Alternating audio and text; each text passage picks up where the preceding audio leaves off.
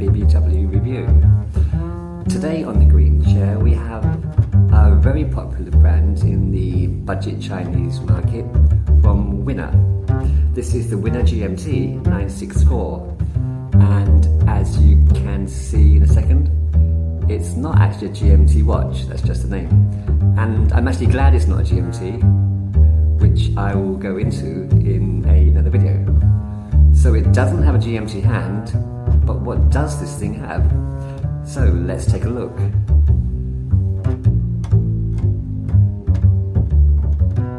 So the first thing to get out of the way is just how budget is this?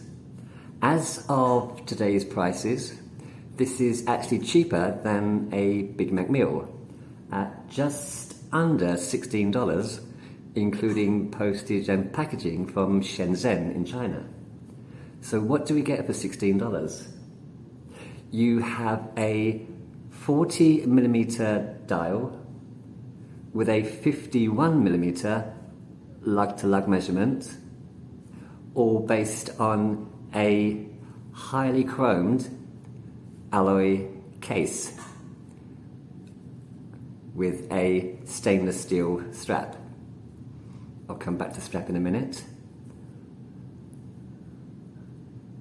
The height is quite a chunky beast. It's 14mm, and you have a choice of straps. You can have a black leather or this stainless steel. On the black leather, the weight is about 121 grams. With the stainless steel strap, that pushes the weight up to about 150. Now, I think the main feature that you see first of all on the case is this quite original faceted bezel, which does give it a touch of originality, and that pulls the eye across the crown.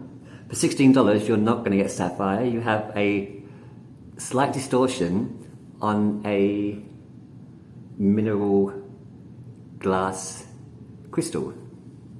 And beneath that, that's where you have this quite an original looking dial. The first thing you may notice is that beautiful pattern, which is spiraling centrally out to the outer track there. You have applied buttons all around, apart from the numerals at the 3, the 9 and the 12. There is a missing button at the 7 where you have the word automatic and the open heart. The open heart's kind of a Marmite aspect to the watch. You either like it or not. I actually don't. I would do if it was displaying a nice looking movement, but this is a very basic Tonji movement, not so pretty, and I think detracts from some of the features of the dial, which on the whole is a very nice looking dial. Below the 12 you have the Winner logo, which I think is a wheel with a pair of wings and the Winner name below that, and that's about it. The actual hands and buttons themselves are done in what they call a Breguet blue. The hands are quite suitable. They're long enough, not too long, signpost hands with the usual loom on the minute and hour that serve no purpose at all. And the second hand, actually I'll get this started. The second hand has a nice arrow tip. I'll just give that some power. The power's actually about 35 hours. But I haven't actually tested that at the moment. So on the side, you have a standard push-pull crown, which does the job. So having a push-pull crown, you're only going to get 30 meters of water resistance, which is fine. Not the kind of watch you would go swimming with. Okay, so let's have a look at the back of this watch. So there you have the Tonji 2650, or what's also known as the Shanghai Standard. Not the most beautiful movement in the world, but it is a workhorse and has proved itself over the years. I think it's about 50 years old now without much development, but it does keep on just going and going. So if you're wearing it constantly, it does go well past the standard 35 hours, given the bi-directional rotor movement. This is a bit stiff, but it does work okay. I've had it going for 2 days before taking it off to wind manually. You have a stainless steel back below the alloy case itself. What's next on here?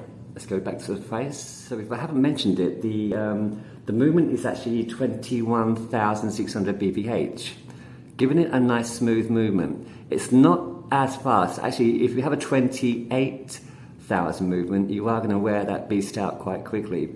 So I think your sweet spot is a 21,600.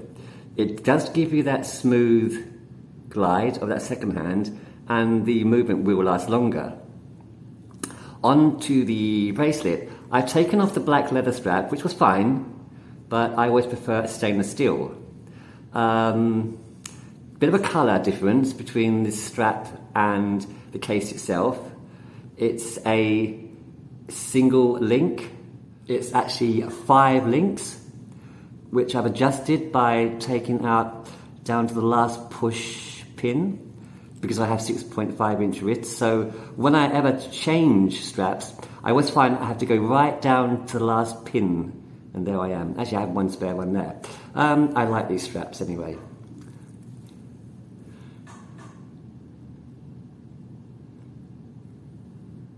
Now, if you've seen any of my previous videos, you may have noticed that in the summaries, giving the pros and cons of these budget watches, I'm a bit light on the cons. And I think that's because for the price of these things, I find it a bit difficult to pick holes in these watches. For the prices, I can't really justify any cons. This is slightly more expensive than other models I have reviewed. So if I push myself, I would have to say the Open Heart. I think even if it was a nice looking movement, I still wouldn't be happy with it. It does kind of detract from the basic look of the watch. Even if it was centralized over the 6 or over the 12, it's kind of stuck on the 7. And even if it was a nice looking movement, I would still have a problem with that. So I think that's my main gripe with this watch. I'd rather they didn't do it. But it is $16, so there you go. I don't think for the price, it would detract me from not buying it. So I'm happy that I did, and I've had no problems wearing it. I've worn it for about 2 months now, and it's absolutely fine. So there you go, the winner GMT, although it's not a GMT.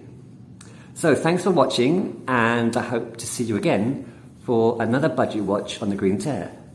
So for now, goodbye and take it easy.